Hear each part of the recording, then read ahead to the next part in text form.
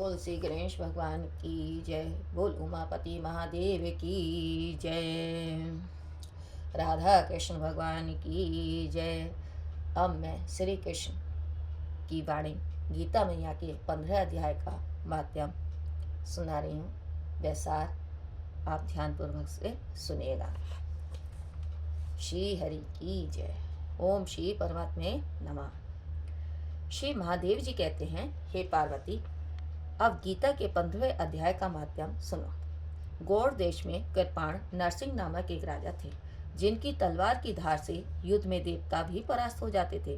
उनका बुद्धिमान सेनापति शस्त्र और शास्त्र की कलाओं का भंडार था। उसका नाम था सर्वमेरुंड। उसकी भुजाओं में प्रचंड बल था।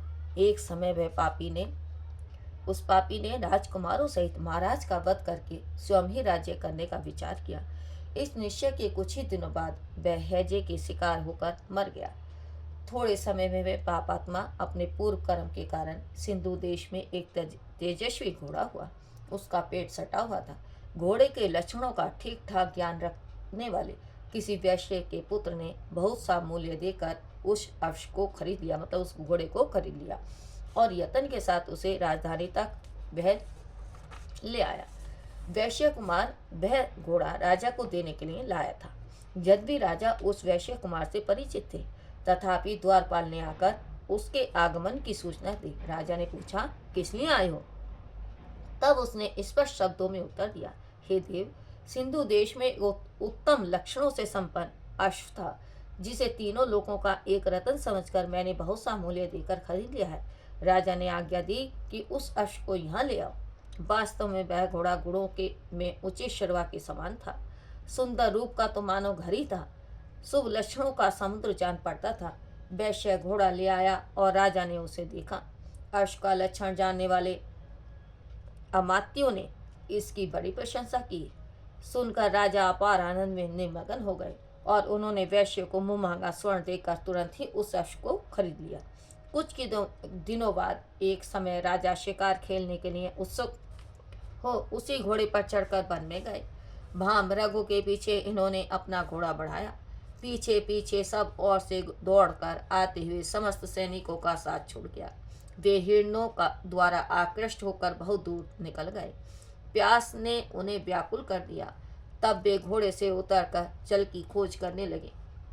घोड़े को तो उन्होंने वृक्ष की डाली में बांध दिया और स्वयं एक चट्टान पर चढ़ने लगे। कुछ दूर जाने पर उन्होंने देखा कि एक पत्ते का टुकड़ा हवा में उड़कर शिलाखंड पर गिरा है।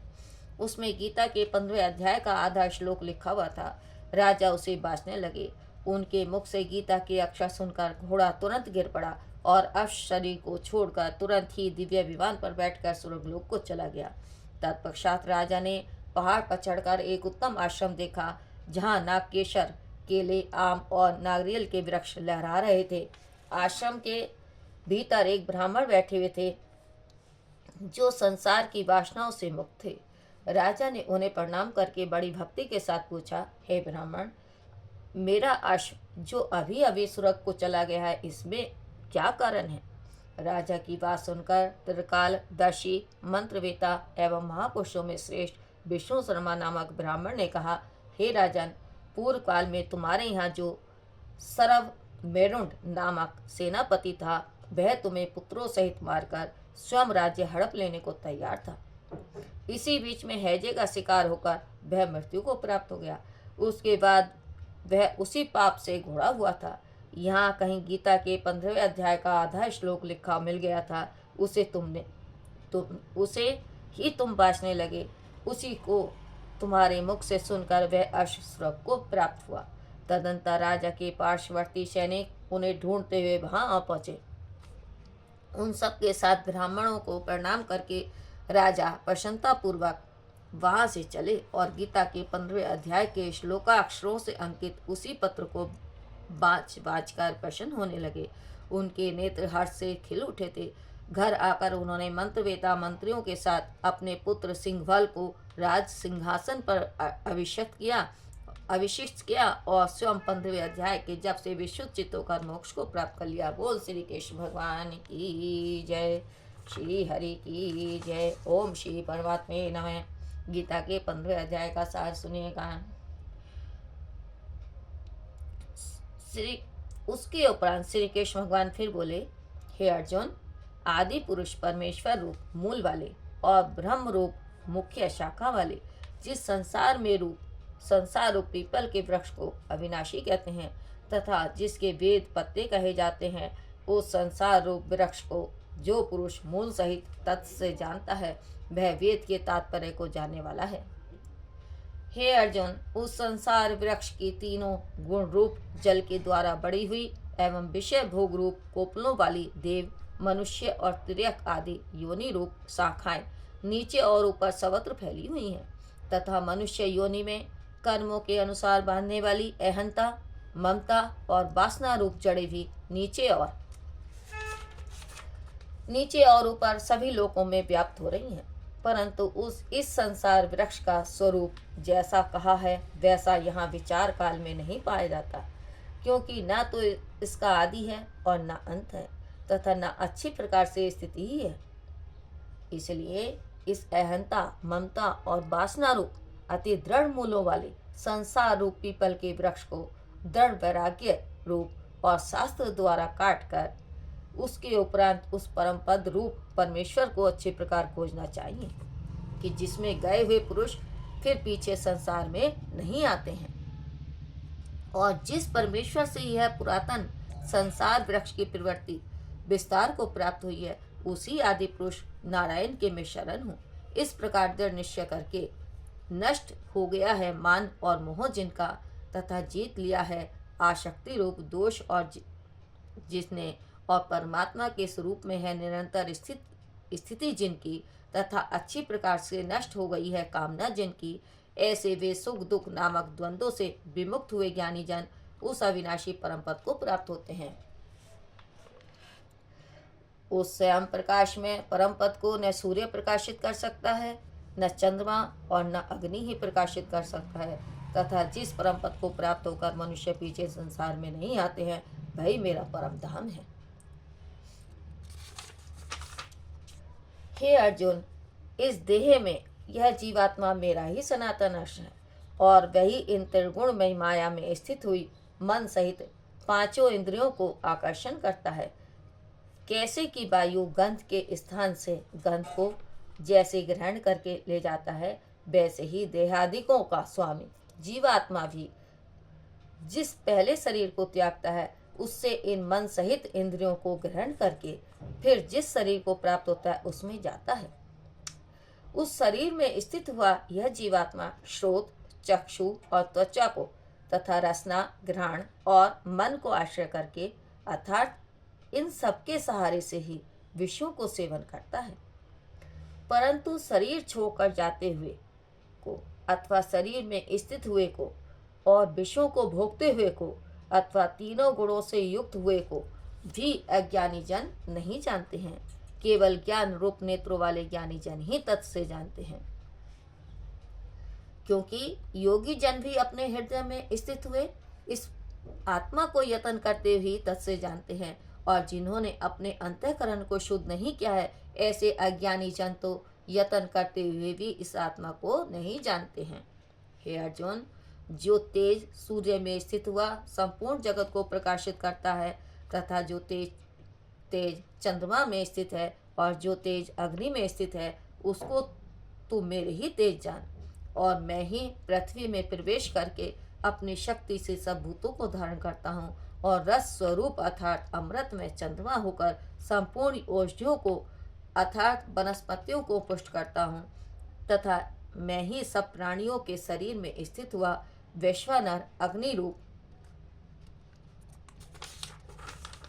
होकर प्राण और अपान से युक्त हुआ 4 प्रकार के अन्न को पचाता हूँ, और मैं ही सब प्राणियों के हृदय में अंतर्यामी रूप से स्थित हूँ, तथा मेरे से ही स्मृति, ज्ञान और अपोहन होता है, और सब वेदों द्वारा मैं ही जानने योग्य हूँ, तथा वेदांत का कर्ता और वेदों को जानने वाला भी मैं ही हूँ।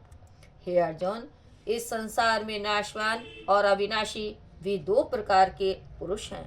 उनमें संपूर्ण भूत प्राणियों के शरीर तो नाशवान और जीवात्मा अविनाशी कहा जाता है, तथा उन दोनों से उत्तम पुरुष तो अन्य ही है कि जो तीनों लोकों में प्रवेश करके सबका धारण पोषण करता है।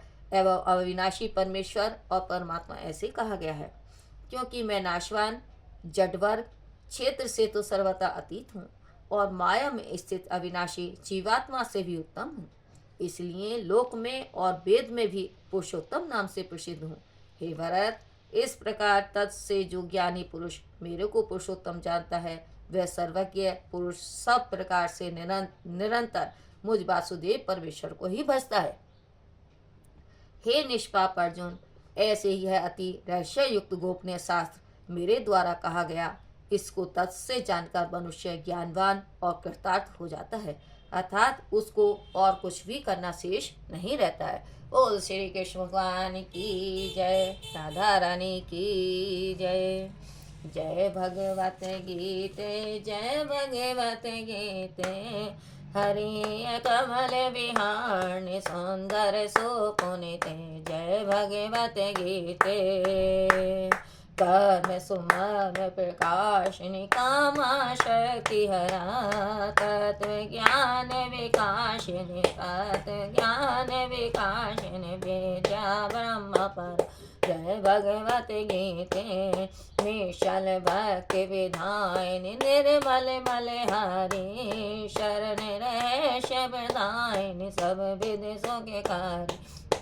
जय भगवत गीते, राग द्वेष विधारणी, कारणी मोद सदा, भव विहारणी, कारणी परमानंद पिता। जय भगवत गीते, असुर भाव विनाशी, नाशिनी तम रजनी, देवी सदगुण दायिनी, देवी सदगुण दायिनी, हरि रसिका सजनी। जय भगवत गीते, समता त्याग सिखावनी, हरि मोह की वाणी, सगल शास्त्र की स्वामिनी, श्रुतियों की रानी। जय भगवत गीते, दया सुधा बरसावनी, माधो के पाके। जय हरि पद प्रेम दान करे, हरि पद प्रेम दान अपनों कर लीजिए। जय भगवत गीते, जय भगवत गीते, जय भगवत गीते। हे हरि कमल विहारणी, हरि कमल विहारणी, सुंदर सुपुनीते। जय भगवत गीते, जय भगवत गीते। बोल भगवद गीता मैया की जय। ओम गंगणपते नमः। ओम कपूरगौरम कर्णावतारम, संसारसारम भुजेन्द्रहारम, सदा वसन्तं हृदयारविन्दे, भवानी सहितं नमामि। मंदारमाला कुलिदालकाय, कपालमाला शशशेखराय, दिव्यमराय चिदिगमराय, नमः शिवाय च नमः शिवाय। नमो देव्य महादेव्य शिवाय संतम नमः। नमः प्रकृतिर्वैत्राय नियता वर्तासुरतां, सर्वमंगलमांगल्ये शिवे स्वार्थसाधिके शरणत्रिभयं के गौरी नारायणी नमस्तुते। श्री राधे श्री राधे। श्री केशव नमः, श्री केशव नमः, श्री केशव नमः, श्री केशव नमः। कृष्णाय वासुदेवाय हरे परमात्मने प्रणत क्लेशनाशाय गोविंदाय नमो नमः। श्री हरि की जय।